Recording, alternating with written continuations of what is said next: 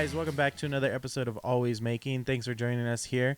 It is going to be a little bit different because we've been 15 episodes with guests back to back. I know. And me and Kristi are going to kind of wrap some things up that we've been, or catch up on some things that we've been going over. Wrapping up some things, talking about some new things. A little both. And then also get into your whole project you're working on right now that is coming up in September. So this will come out, the week before?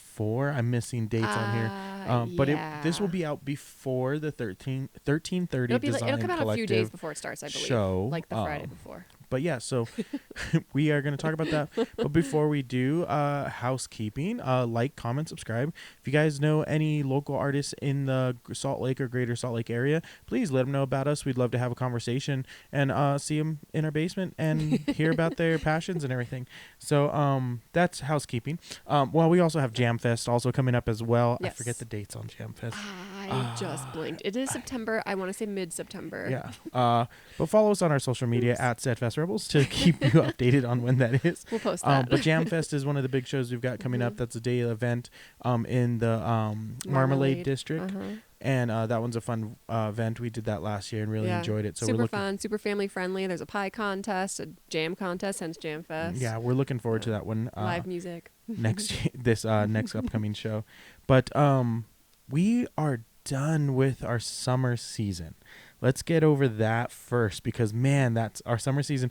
We said we weren't doing a lot this year, but it still felt like so much happened. It really did. I think we were just very busy this summer. And even if it wasn't, I mean, we still had a lot of markets, but it wasn't as jam-packed with markets. We still had a lot going on. Yeah, we're through Craft Lake City, which the DIY Fest was great. We had a great time. I'm wearing a T-shirt I bought from Roadkill Prints. I got a matching one too. Yeah, well, not quite matching. One of the other same print. I got the same print, but you got the fish print. Oh, I forgot. I was like, you did not get the same print. I almost got the same print, but then I got the fish one instead. You got the fish print. But yeah, that was in Kids Row. What else did we get? I got some a couple pairs of earrings from Kid Row. A really cute We Bare Bears keychain from Kid Row is so cute. We got we both got some stickers from Victoria over there at Minjiang. Thank you. I was gonna butcher that one so bad. Minjiang Shijang. She was our booth neighbor right across from us, so we had fun the whole weekend hanging out with her. She played peekaboo with Juniper like right across the booth. It was real cute. And I picked up some more cameras from Courtney and over there at Art DeVita, and I got a couple prints from Shelby. Over there. Shelby Artifacts. There you go. You got some stuff from Bright Stormy Kids for cute Juniper. Little dress for Juniper. Yeah. I'm trying to think what else. There's so many great, awesome, talented artists out there. You got some wacky, wild peanut butter. Oh yeah, I forget. I completely for the love forget of it. Nuts? No, that's not No. it. Oh dang it! I forgot. Wait. Oh, Must Be Nuts. Oh, Must Be Nuts. That's yeah, some really good peanut butter from them. I was walking early in the morning before the show opened and picked up some peanut butter, and yeah, that's really good. It's the it's like chocolate puppy chow mix, so it's like similar to chocolate like the with Chex Mix and nuts in it. But yeah, they hooked me real quick. I was like, that's really good. Try a sample. I'm trying to think. Give me a jar. It was a lot of cool, talented people that we got to check out, see some stuff. Hopefully we're going to have some guests coming up in the next couple weeks after this episode with some new talented artists that we got to meet and talk to. Oh, we were also part of a mentor program. Oh yeah. Oh my goodness. Can't believe we even didn't mention that yet. Yeah. So we were super honored to be mentoring an up and coming local artist. Yeah. Kings International, artist by the name of Keem. We didn't know who, it was very last minute. We got contacted and said, yeah, sure, let's go for it. And then that was really fun to do that for Craft Lake City. For the whole process. Yeah. Load in and well, I didn't say all 3 days, but 2 days at DIY Fest, and then he actually got a surprise booth on a Sunday. On Sunday, yeah, and was able to put some of his custom creations out there. But he'll also be at the 1330 Design Yeah. Show as well. So if you guys want to go check out some of the other artists that are going to be there. Who else? We've got our friend Stephanie from Brainstormy Kids going to be there. We've Catherine, got Whole Cat and Caboodle. Whole Cat and Caboodle. We've got Chubby Bunny from Chubby Dust Bunny, Chubby Jacqueline. Dust Bunny. Sorry, Jacqueline. But Jacqueline from over there at Copper High Vintage. Mhm. She's in the show. So we've got a lot of great friends that are going to be doing that show we're as missing well. some more too, We are I'm sure, definitely missing but- more for But sure. yeah, that's going to be at Mill Creek Common the entire month of September 1st to 28th. And that is, Mill Creek Public Market, Mill Creek Common. And there is a fashion show on the September 26th, Friday, September 26th at 6 p.m. It's all about sustainable style. So let's get into Yeah. that. So if you guys haven't been checking it out, we have a new vlog series. Kristi's been kind of taking the reins on that one there and doing I guess process videos. I wouldn't call them tutorial videos. I did right? one sort of tutorial video. Most of them have been more geared towards just sharing the process of me making these one of a kind, one-off garments for this market. And, yeah. So right now you have 10 original pieces that are going to be available for sale Correct. at the show. Yes. By the time this comes out, you will be on your 6th episode.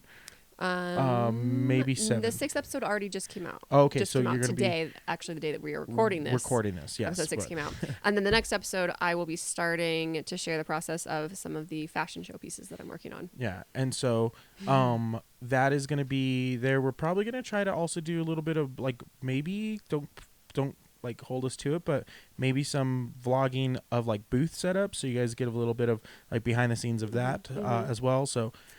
But we've been trying to show a little bit more of that process there. And then SOS is the branding that you are going with. Yeah, that's kind of the label I decided to create. I wanted something that was still obviously attached to Steadfast Rebels. That's who we are. That's our brand and our business. But I wanted something that I wanted this to have its own sort of label as a clothing brand, because it's very different from everything else that we do. Yeah. It's all unique, one of a kind, handmade. Everything we do is unique and handmade, but but it's all single one-off pieces. Nothing is going to be doubled. It's from upcycled pieces. Yes. It's from thrifted it's fabrics. all thrifted and secondhand vintage materials, stuff I've gotten in fabric swaps, stuff I've found at all over that I've been sourcing for years, all the materials. And then a lot of the patterns that I'm using are also vintage patterns, or they're patterns that I have made myself. So it's all completely one of a kind. Yeah. So I'm now thinking about it because we have that whole line of stuff that we're going to continue doing even after the show for us. But we have all the cosplay stuff also that's on the Etsy, and maybe we need to think of another branding by something by Steadfast Rebels also. Oh yeah, so I don't think we said SOS by Steadfast Rebels is the brand, and SOS stands for Sustainable Original Style. Yeah, I threw that conversation, that question, and then we completely forgot to dial that in. But say that again. SOS, Sustainable Original Style. SOS by Steadfast Rebels. Sustainable Original Style is a nice little fun play on that Save Our Ship SOS kind of thing there. Well, because, it's all about being sustainable, and in my mind, it's kind of moving towards saving the planet, right? Less waste, upcycling, using materials that I find, not trying to buy as little new material as possible, and also use up and as much material as possible. Zero waste, all upcycled, secondhand, all that. So yeah, we do a little bit of it. If you guys have visited us in our booths, we do like to do a little bit of vintage stuff and bring things that are kind of bringing new life. I love our vintage picture frames that we do, bring new life to some stuff. People seem to love them every time we bring them out. Even our upcycles, we've done several flannel shirts that people have really enjoyed, so we're going to have some more of those in the booth as well. Yeah. And then also we do the vintage cameras as well, and kind of keep the 35 millimeter and other film alive for us analog people out there. But yeah, so I want to go into detail about why you decided to do this. And so you added more onto your plate of everything else we've got going. But you've been sewing for how long now? I actually was thinking about that this morning, because I was talking to Stephanie from Brightstorm Kids, who's also doing this market. And I want to say it was as early as 8, 9, 10. I had to be pretty early, because I remember begging my mom to teach me how to sew so that I could make clothes for my Barbies, because I loved Barbie dolls, and I loved dressing them up and, you know, putting their outfits together. And I just like had ideas in my head, and I wanted to make clothes that I couldn't find, you know, in the store. I was like, no, I want to make like a skirt that looks like this or like that, or, you know, whatever. So it was pretty young. Yeah. I And don't then remember exactly. there was a time where that stopped for you. Mm-hmm. And then I would probably say maybe maybe the first 2 years of us dating, maybe first 3 years of us dating. It kind of came in phases for me. So like I learned how to sew really young. Then I took home ec in middle school. So that was like 11, 12, maybe 11. And, you know, sewing again, but doing like the class projects, pajama pants, pillowcases, whatever. And then stopped sewing for a little while again. And then in high school, started thrift shopping for my own clothes before it was cool. Just point that out real fast.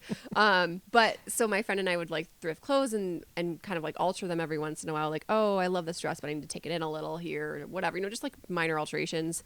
And then again, kind of like let it fall by the wayside a little bit. And then college started really picking back up sewing and getting into costumes and cosplay. I would say that's probably about 2 years, 3 years, because your first couple years of college were the actual academic courses, and then like your third and fourth years when you really got to get hands on with stuff. In the costume world, design, class, which was really fun in the theater department that I was able to use towards my film major. And that was so fun because it had a sewing lab attached to it. So not only did we learn how to like, you know, do costume design and make it practical for the stage, but also like actually work on costumes in the sewing lab. And we were like, if we finished our projects early and we had time, then the teacher would be like, okay, grab something from the like repair bin and like repair these costumes for us for our theater department, stuff like that. So it was really fun. Yeah. So what I'm getting to is that you've been sewing for quite some time. Yes. You've been like doing alterations. Thank you. No altercations. Wow. Not altercations. Yeah, alterations to clothing for a while. But you've also been selling stuff and like hand making stuff with the sewing aspect of it for years now. Mm-hmm. But the stuff you've been doing for Steadfast Rebels has not been the one-off pieces. You've been more doing one-off pieces for yourself, Juniper.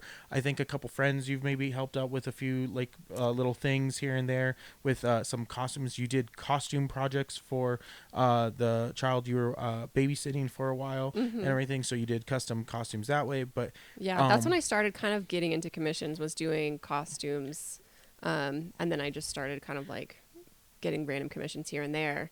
And then recently doing a lot more. I was going to say more. Cosplay commissions. But most of your stuff right now has been very costume inspired. So, I've been doing primarily the bulk of my like heavy sewing has been cosplays and costumes. So recently. This like step into the fashion world where like I know I've lived with you for I've been with you for over 20 years. So I know you've done your own clothing and everything, but where was the thought process of saying, hey, I'm going to kind of pivot a little bit of what I'm doing to start making like one-off piece clothing? So I think it's been something that's kind of been in the back of my mind for a long time. But like I mentioned, I've been thrifting these materials for years. I have this just like stash of unique, either vintage bed sheets or tablecloths or she says stash, but there's bins and there's stacks and shelves. That's a stash. Okay, you don't know the sewing world. My stash is small, okay? Just be happy. I do know the sewing world. I've seen it. I know how big it can get. I have a reasonable size stash, of things that I've been just like collecting over the years, and a lot of really gorgeous materials. And so it's always been kind of in the back of my mind of like, okay, this is going to make a great dress one day, or, you know, whatever. But I've been coming to the realization that, well, I do love sewing for myself. It's not always practical, and I don't I would say the thing that happens with sewing for yourself is you get so much fabric and so much like materials that you don't have enough time to make stuff just for yourself. Well, no, there is that. Like, there's the time aspect. And also, like, I do, like, spend the bulk of my sewing time sewing for other people because that's how I make money. So it's like, oh, I'm sewing this custom cosplay commission, or I'm sewing hoods or accessories or things for the Etsy shop. So a lot of times I come down to sew and it's like, well, I got orders to do, or I've got, you know, like I've got other work to do. So I don't take the time to sew for myself very often. But I also realized that, like, while I love creating these pieces, they're not always necessarily something that I know I'm going to like wear all the time, but I don't want it to like sit in my sewing room. I want it to be out there in the world. I want to create these things that I have in my head and let other people enjoy them. If I'm not going to be the one to enjoy it, at least someone else will. So where's the inspiration coming from for the pieces that you're working on right now? So for this particular collection, I was really inspired by the materials. A lot of it is vintage, and a lot of patterns I have are vintage. And so I really wanted to do a collection that was inspired by vintage clothing. So a lot of it is like 50s, 60s, 70s inspired. And then the pieces for the fashion show are going to be very like directly 50s, 60s, 70s. In fact, hopefully, if I have enough time, which I think I will, I'm going to do 3 pieces, one from the 50s, one from the 60s, one from the 70s. Okay, so you said the next video you're doing after... I'm starting with the first piece for the fashion show. Okay, so make sure, guys, you subscribe because next week will be the first piece for the fashion show in that video, so you can see where she's talking about. I've already seen it because, hey, I live here. But you get to see behind the scenes. I get to see behind the scenes. It's really cool. But let's go in. I'll get back to that with questions. But what I want to do is, what was the first piece you put up in the vlog, and what was the thought process going forward with that one? The first one, what was the first one? Was it the plaid curtain dress? Yes. I don't remember. Was that the first one? Yes, that was the first one. What was your question? Why did you choose to make that? Yeah.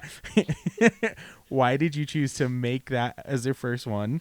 And okay. Yes, and what inspired that piece for you? So I chose to do that one first because it was easy. Simple answer, it was easy. It was going to be simple, and I wanted to kind of ease myself into it.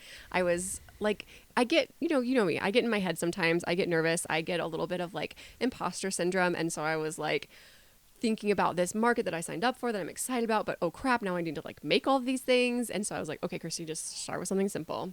So it is a very basic wrap dress, and actually on the cover, it's a vintage pattern, and on the cover of the pattern envelope was like a plaid fabric, like a patchwork plaid fabric, and I had the plaid curtain that I had thrifted, and I was like, well, that's perfect. Like, I love this. This is going to be a great combo. So it just kind of was like, it was there for me. It was ready to go. So hot tip there, guys, if you guys didn't catch it when she was saying that, curtains give you quite a bit of fabric to work with to make a big piece or a lot of smaller pieces. Yes. So. In fact, for the 3 fashion show pieces, I have 2 matching curtains, and I plan on using both of those very large curtains to make pieces for all 3 of the garments or the looks that I'm creating for the show. So they have that like a little bit of a little bit of uniformity or something kind of carried through all 3 looks, even though they're going to be different decades.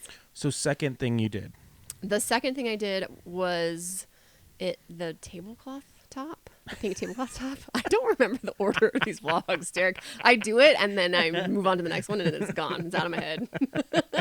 So the tablecloth, I guess let's just talk about the garments you made instead of the order that you made them. I don't know what order I made them in. Do you?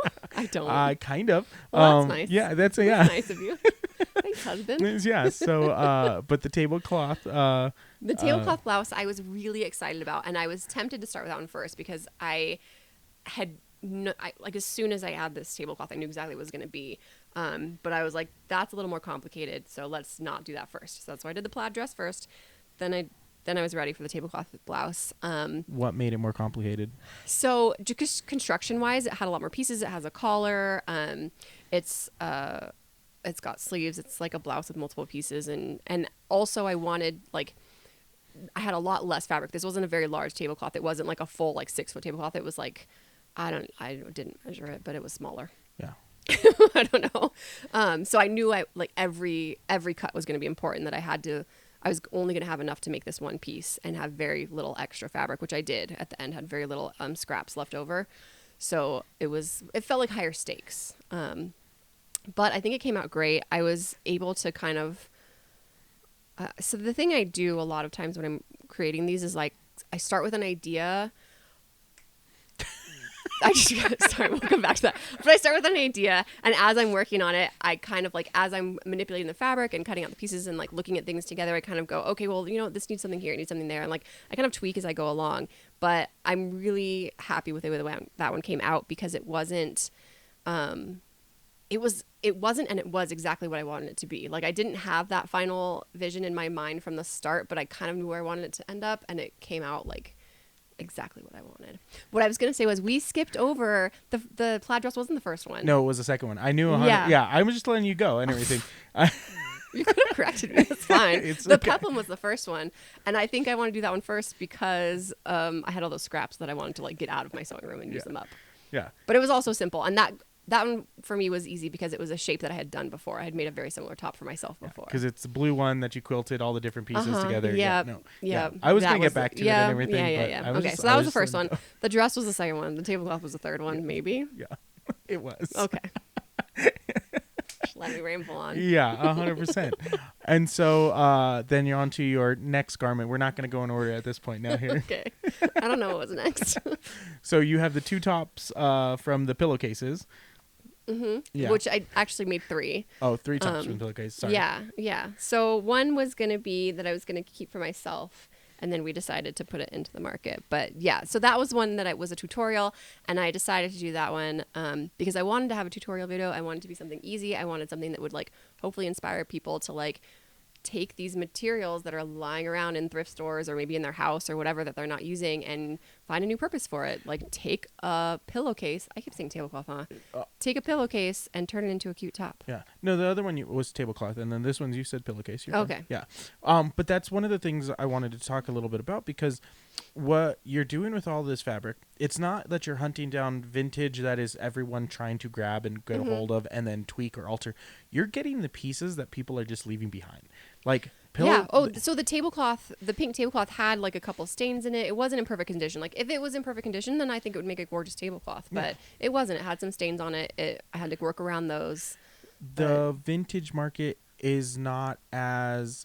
I mean, there is a market for vintage tablecloths, 100%, but there's not a lot of people searching and doing it. So it's one of those fun things that like, hey, you're looking at different things out there for materials where we've seen people, we've shown each other the different type of like reels and TikToks and things like that people are doing with like sleeping bags and like big huge quilted things and stuff. So that was one of those things where like, ooh, pillowcases for tops. It's not something you see every day of people doing. You're not seeing people every day of like tablecloth because they're like, I think a lot of people are scared to try unfamiliar fabrics, maybe. And so. Well, and it can be tricky sometimes because not all of these, especially if they're older pieces that you're thrifting or you're getting secondhand, they might not have the like tag that says what the fiber content is. And that might be a concern for people as well.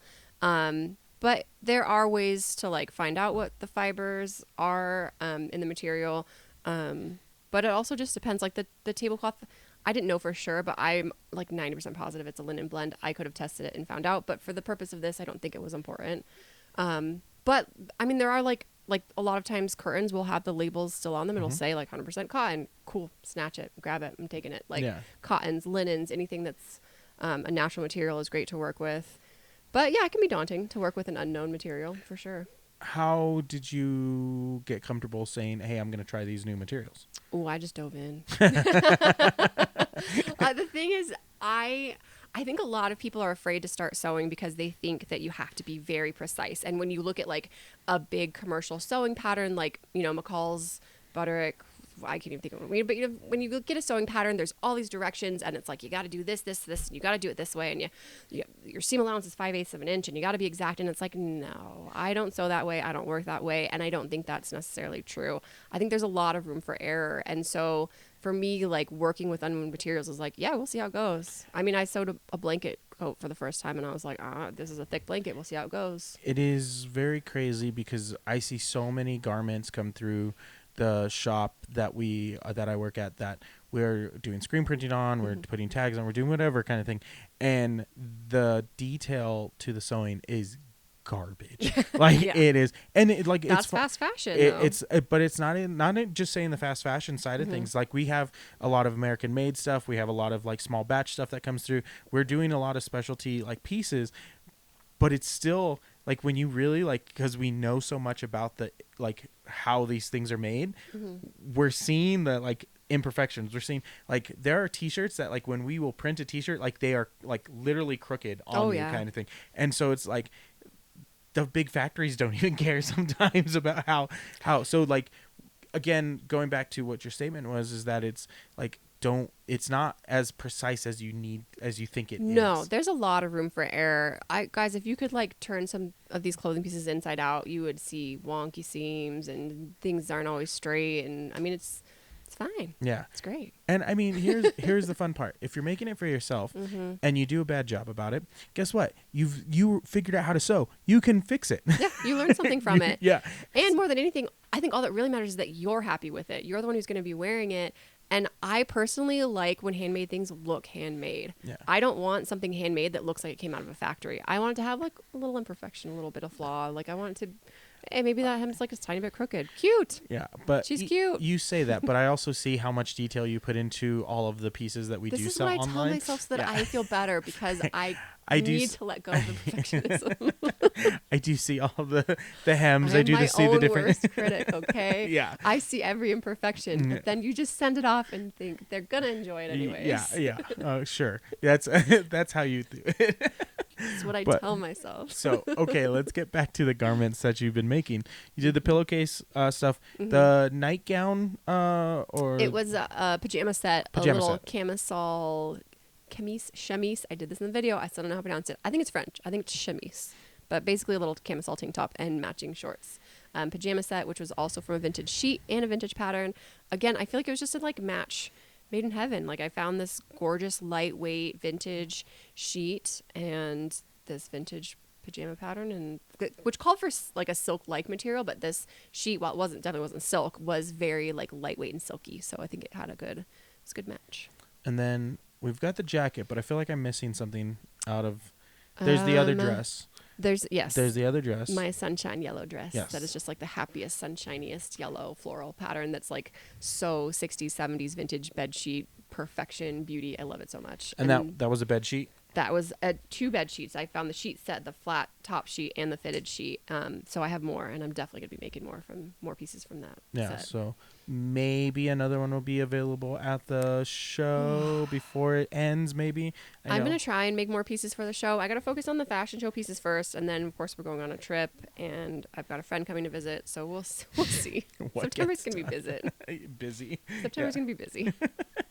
Okay, so we've got the sunshine dress made out of bed sheets, and then we're on to the jacket that's made out of a comforter, right? Or a blanket. A blanket. Yeah, which is, I'm calling it a wool style blanket. It's not real wool, it's acrylic, but again, I think that's fine. I think I'd rather take this blanket that was like lingering in a thrift store, no one wanted it, and just give it new life.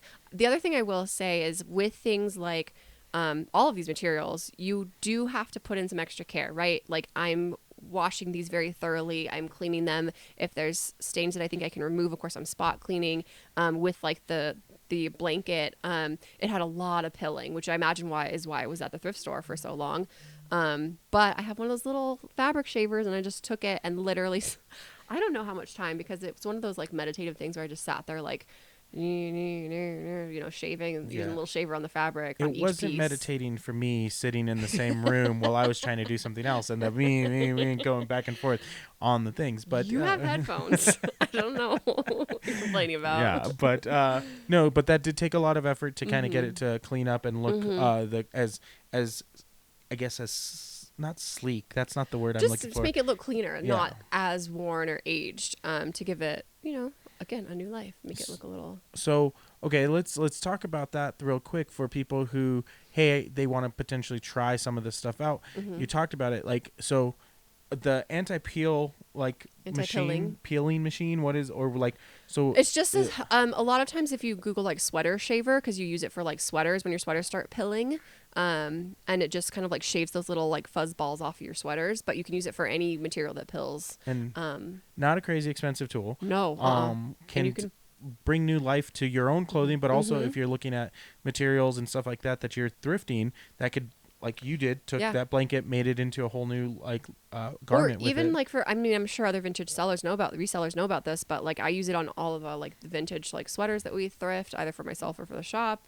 I thrifted that amazing jumpsuit, which had a lot of pilling, but again, just cleaned it right up with a little shaver. So nice tool to have in your back pocket there. Absolutely. What other things? I know like just OxyClean for our soaking of some of our vintage stuff that helps a lot. But Yeah, what other stuff pre-soaking do or we? soaking the materials for sure helps a lot with some kind of detergent, an OxyClean or something like that, because it really, like, if you let it sit and let it soak, it will really help pull out any of the like odors or residues or anything that's just kind of left in the fabric. The longer you let it soak, the more time it has to kind of pull those out of the materials and the fibers. What other little tips and other little tools do you have that you use?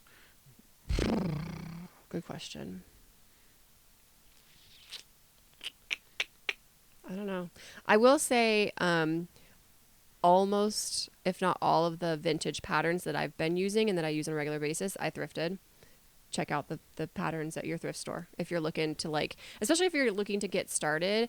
A lot of the vintage patterns will, or not a lot, but a lot of times you'll find vintage patterns that will say like easy sew, or you know, you can sew this in an afternoon or 1 hour sew, or like they'll have simple patterns, because the idea back then was, again, same thing now, to get people to like start sewing and making their own clothes. It was a lot more common back in the like 60s, 70s, but there's a lot of like simple patterns that are specifically designed for beginners, and you can thrift those. You can thrift those, as well as you can go find them at your local craft stores as well. That do Yeah, sure. There's sewing lots stuff. of beginner patterns at Yeah. the And then there's no also longer existing Joann's type store. there's also a lot of great patterns online too from people as well. So Absolutely. There are so many amazing indie pattern designers. But for the purposes of a market like this, a lot of times those pattern designers, you either have to specifically seek out permission to use their patterns for commercial garment sewing, or they simply don't allow it. So that's something to be aware of if you want to start selling things that you make. yes, You either got to use your own pattern, or I think vintage patterns, you're pretty safe. yeah, I'm assuming it's, legal gray area. you know. Don't take legal advice from us. I Just don't a know. disclaimer. Well, what's the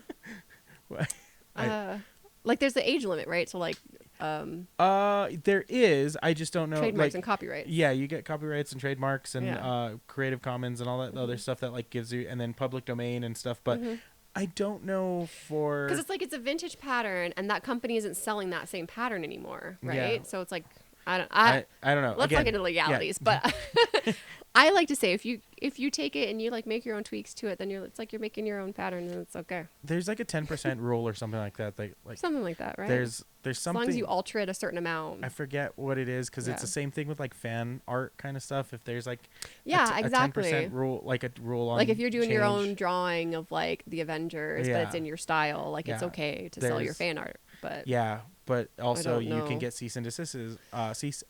yeah, from- like making Harry Potter ropes that are not the same as the ones in the movies, but you still get cease and desist. Yeah, because yours yeah, are better yeah. than the ones at the theme parks. Or making a cool Sesame Street emo like Mm-hmm. thing. And so yeah. Anyway, we're not salty. We're not salty about it, We're guys. not bitter about Yeah, we're copyright not. law. Not at all. But it is. So we're onto the blanket coat. Yes. Blanket sweater. What It's a coat. sweater coat? Jacket. Jacket. Good. How long? So let's go back a little bit. So how long do these pieces actually take you to kind of run through? So an actual like minutes, obviously hours, I don't know, because I'm sewing obviously when Juniper's napping, or after she goes to bed, I'm down here sewing till 9:30 at night. So in actual hours, I don't know, because it's broken up over nap times and sleep times, and when I can, like when you're watching her, I can get down here. But I've tried to do at least one piece a week. I haven't exactly followed that because, life happens, but that's pretty close. So I would say each piece is taking about a week of intermittent sewing time. Yeah, and so If it's concentrated sewing time, I could probably get everything done in a couple of days. again, like we're talking right now, everything you've got 10 original pieces that are going to be available at the show for sale throughout the month of September. Excuse me, and then you're working on the 3 fashion pieces for the Yes. fashion show. Yes. So let's talk. So you got a 50s inspired one, a 60s inspired, and a 70s inspired. How much do you want to give away right now for the listeners about what that's going to kind of look like? Ooh. Okay, I'll give a little bit away because the first video for the first look is coming out like you said next week. So that one's 50s inspired. I am going to be modeling that one myself in the runway show, which I'm just not thinking about. I don't want to think about it because I'll get nervous. um, but I decided to do that one myself because that one is the most tailored, which 50s style dresses are very tailored. So I figured if I'm going to be like fitting this to someone's body, it's going to be easiest to just do it myself to my own body. But it is a very fitted dress. It has the fabric that I'm using through all three pieces, which I will say is a very pale pink, like velvet, faux velvet. And which this is from a curtain, right? Two curtains. Yep, a set of curtains, very large curtains. Yeah. So that's gonna be a very 50s silhouette, very fitted dress. And then the 60s look is a more mod look. Think like Twiggy. So 50s think Audrey Hepburn, 60s think Twiggy, and then 70s think like Jimi Hendrix-esque meets Woodstock-esque kind of. Yeah, not. It's gonna be fairly hippie-ish, but not like over the top. I don't think. But they are gonna be. Each look is gonna be very like reminiscent of their decade. So it's just gonna be like a little travel through time because I love vintage clothing. I've always loved vintage fashion and vintage movies. So yeah, I was very inspired and just thought it would be really fun to do. So we heard about the fashion show when we were doing Maker's Mart, right? That's when that came out. So well, actually, we got invited to apply last year for the first one, Oh, okay. but we were like, well, this doesn't really fit what we're making, and I was like, man, that'd be fun, but I don't have time, and I don't know, like I don't know what we would make for it, so we just kind of like shoved it aside and didn't apply last year, and then it came around again this year, and I was like, yeah, I want to do it. So I don't know why. I mean, I've always loved, like I said, I've always loved vintage style. I love fashion. I love sewing.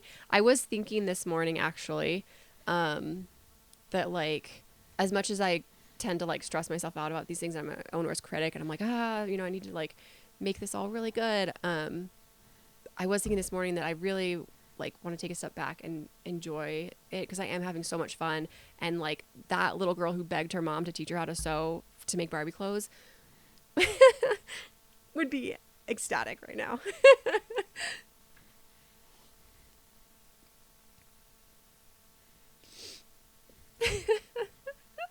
I wasn't gonna cry, and then I got emotional. Yeah, no, it's a literal dream come true. Like I just have always loved like dressing up my dolls and playing with clothes, and while I never wanted to be like a fashion designer by any means, like I don't love that world for a lot of reasons.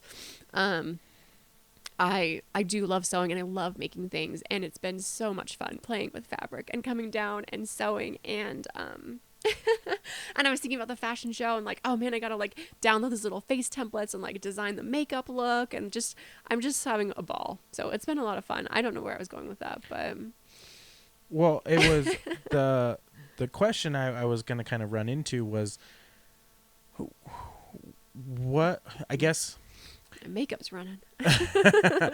Well, we talk about our guests on the show and what was that final like push to do it, and so like we have constantly run into I don't want to say run into we've constantly put ourselves in positions to say hey yes to these things and try them out without quite knowing how they're going to go for us, and we are still there's still that time where we second guess what we're doing. And so the fashion show side of things, like you said, I forgot we did get asked about the first one, but we were like, hey, maybe this isn't quite for us kind of thing. Do we actually fit? There was that second guessing of what we can do. So when the second time came around, that idea of hey, like I'm gonna do it, what was that like?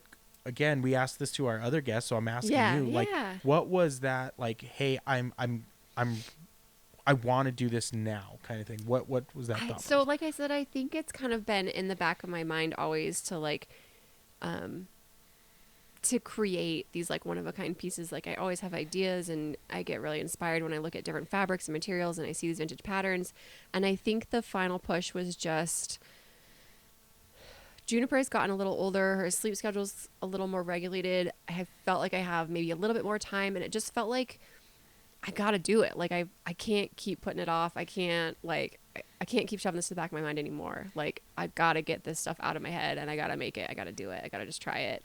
And I think also what helped was knowing, like I think knowing as many people as we do in the local like creative, artistic community, knowing that like, hey, I know these people. I know I'm gonna know some other people that are gonna be at this market, and like. And being inspired by them, and not just being like, if they can do it, I can do it. Like not that kind of mindset, but more just like, I'm going to be among like awesome people, and why not apply? Like, why not throw my hat in the ring too? You are going to be around people who are supportive of the choices. And it is very scary to put yourself in a position that you don't know what people are going to think about, or like or how they're going to critique it, or any of that stuff. I still have moments of major imposter syndrome like every other day while I'm working on this stuff. I'm like, this is not good enough. Everybody else's stuff is going to be so much better. we both do it with our work and everything, but it is one of those, I can see that argument where it makes it a little easier knowing that there are people there that we've created friendships with. Yeah. And like the fashion show, we're not competing for anything. We're not. Yeah. It's very low stakes. It's not like it's some like high stakes. It's certainly not New York Fashion Week. But you think of like a fashion show, a runway show, and like a fashion market, and I'm like, oh man, like do I fit in that world? I don't know. But knowing that I like know some of the other people participating, it feels like, hey, these are my friends. Like this is gonna be fun. I'm just gonna have a good time. Exactly. But it is one of those. Hey, like. We can only express our experiences with what we do and how we do it. But you out there should, like, if you are looking to get into this world, looking to try these things out, this easiest stepping stone for us is it's a local thing. Yes, that we feel comfortable with the community we're in to be able to approach this. And it's still scary. There's no question about it. It's still scary. But like, because it is a community that we are like a part of, it makes that little bit easier. Well, and I have to say, like, and so many of our other guests have said this as well, but like, we're really lucky. Like the Salt Lake artist community is amazing, like so supportive. So if you're local and you want to like get into any of this, like just go to a market and talk to people, because we've said all of this, but like they'll be there to be like, yeah, this is what you do. This is like how you apply to a market. This is like where you should be. Come join us. And join us. Be part of the crazy that we are. But it is one of those, like, the more you have the people around you with the like-mindedness of what you're doing, the easier it is to take those like little bit scarier leaps, a little bit scarier like jumps of like, should I do this? And it's like, I will say yes every time, because you're never going to know like until you do. And so it is scary thought. It's an emotional feeling. It is filled with a bunch of anxiety, nerves, and like a roller coaster of ups and highs and lows and everything. But in the end, it's very rewarding. Like you were saying, to take a step back and look at and enjoy what you are. I was just watching a YouTube interview of YouTubers that have been in the space for a long time. And one of the comments that came in is like, sometimes you have to like take a step back from your art and like just enjoy life, so you have more experiences to share with your art. I butchered that completely, how that was said. No, but I get I get the gist. But it is one of those things where like in the moment when we are hustling and working late hours and going through it, it does become one of those like, oh man, we forget the reason we're doing all of this. It's because we enjoy it. We love it. Yeah. It's fun. Like, that's the thing. So, like... And, like, with this one specifically, I'm going to get emotional again, but I really want to, like... I know Juniper's too young to remember this, but I really want to inspire her to, like... to know that she can do anything that she wants to. You know? Oh. You had to bring her into it. I know, but it's my dream for her to see her mom and dad living their dream, right? Like, yeah. We should have grabbed the tissues. Oh, okay. Well, you're making it difficult to keep talking on this one. Um, uh, we do it because we care. We really do have fun with what we're doing.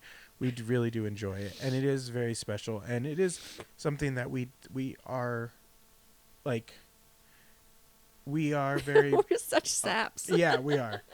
Um, but it is one of those things, like, we are very fortunate and lucky to be able to do what we do, but I also that comes with a lot of hard work that we've put out there to be able to be comfortable in this space that we are doing now. And even like I said, it is not always easy to make that jump, that leap into it. But I do want to make sure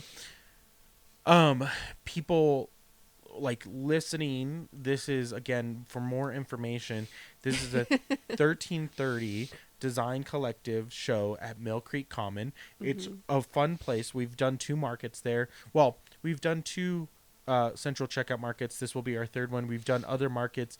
We've done their local bazaar that they have, and it's always a fun thing. They have a bunch of fun events. So if you're in the local area and you have not visited the Mill Creek Common area, like, go check it out, and come check out what, like, Kristi has done for it. If you've been following the vlogs, if you haven't, go check those out to see some of the stuff we've been talking about in this episode here. But the vlogs break down all the stuff there. You'll be able to, well, I can't say you're going to see them in person because they're probably going to sell out. Oh, And goodness. so it is, it's what I'm fingers crossed, guys. Nothing's gonna sell. It's fine. Yeah. It's fine. But hopefully, you get a chance, if you do go early enough and there's still a couple pieces sitting around, you get to see some of the stuff. But you will have the fashion show piece on display. Yes, there. so I won't have all 3 pieces on display. I plan on displaying this first look that I'm making the video for in the booth. It will be on display. I mean, you know, if someone's the same size as me and really likes it and wants to make an offer, I'll entertain offers. But it's not gonna have like a price tag, a sale tag on it. But it will be there on display. Yeah. And so, but there, you can go check out that piece if you can't make the fashion show. If you can make the fashion show, Friday, September 26th, 6 p.m., Mill Creek Public Market, upstairs in there. Is it a ticket price? Is it? I don't have details on that yet, but we will for sure be sharing the information. I want to say it's free. It's a reception and fashion runway show. Don't quote us on that. Yeah, 100%. yeah. We'll get once we get more details on the actual I should fashion. know that, I don't remember. It's towards the end of the month there, September there, Yeah. but we'll have details on our social media at Steadfast Rebels. Absolutely. There. I want to know, is there anything else we missed on talking about everything you've got going on for this thing? I mean, the big thing for me was hitting on that this is a sustainable, the entire like market and fashion show are geared around sustainable fashion. I really feel passionate about the slow fashion movement. I thrift most of my clothing. We try to buy very little like fast fashion clothing for ourselves or for Juniper. I think it's going to be amazing. I just can't wait to see what everyone comes up with. There's going to be so many amazing, talented artists there. Now starting to see on our social some people sharing some of the pieces they're working on, or some sneak peeks of stuff. So I'm excited to see all the stuff in person when we get the chance to be there with some of our friends and the community there. But again, guys, this is a first go, so we'll see how this all goes with this whole idea. But it's not the end of you making like this type of stuff. No, this is something I 100% going forward plan on continuing putting. I plan on putting whatever doesn't sell first of all into the Etsy shop, and then making more. I love this. It's been so much fun.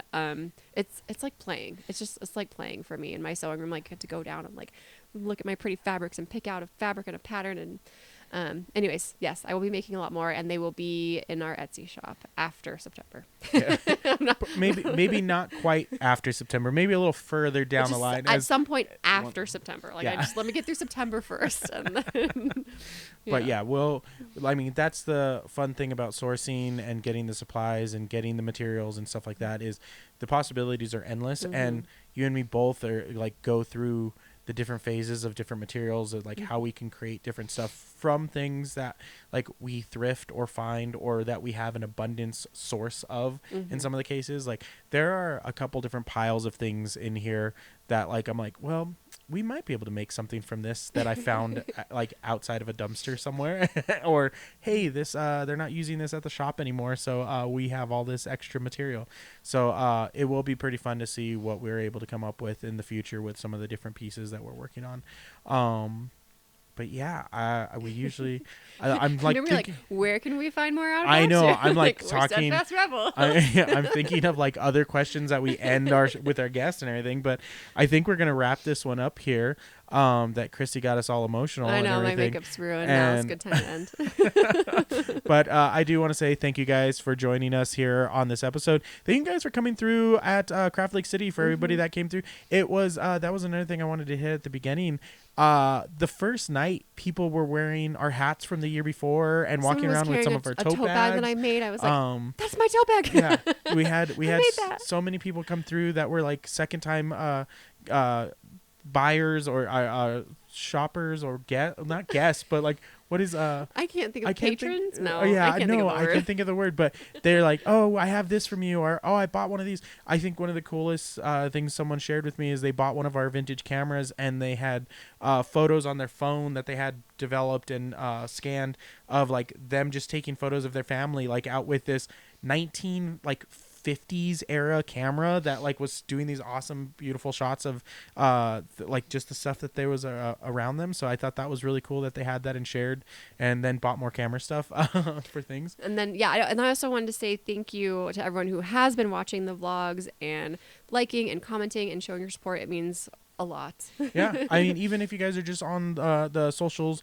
with our Instagram and commenting there and liking and being part of the polls and stuff like that, that's been super awesome to see the community kind of come together with some of those things. But we do appreciate it, guys. We do enjoy what we do here, and it's super fun that you guys get to be part of it and we get to share it with you guys. And hopefully, like we say, we inspire maybe someone to try it, give it a go. And if you are out there, let us know. Comment down below. Tell us if you've done your first show this past summer, because this is now our fourth summer of doing shows. It's crazy, and it just seems like it's nonstop at this point kind of thing. So, but guys, follow us on social media, like, comment, subscribe, do all the things you're supposed to do. It helps us, and we'll see you guys on the next episode. Bye. Bye.